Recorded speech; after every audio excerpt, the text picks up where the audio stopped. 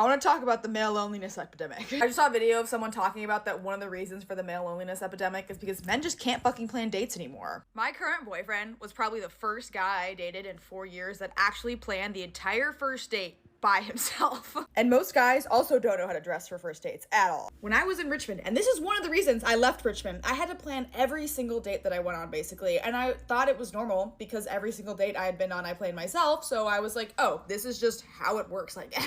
Why is every time the male loneliness epidemic is mentioned, it's about like romantic relationships? And then it's always like an anecdotal story about a guy who gave like way below the bare minimum and still got a date.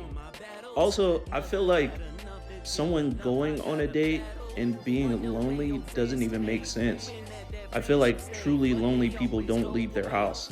They don't have friends. They don't talk to anybody. They're not going out on dates. People in general aren't lonely because they're not planning dates. I feel like people that are lonely because they choose to be, or they want to separate themselves from people. This shouldn't even involve women or dates at all. That's not the only companionship that you can have as a man.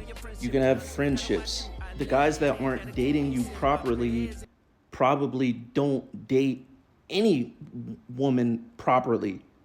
They act that way because they've gotten away with it multiple times, probably. So I feel like these are two separate issues. You having bad dates and men being lonely are not the same.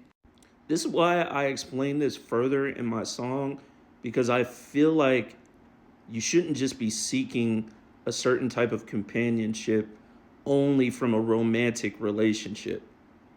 Because then you'll have takes like this where you have to be the perfect date to have some companionship.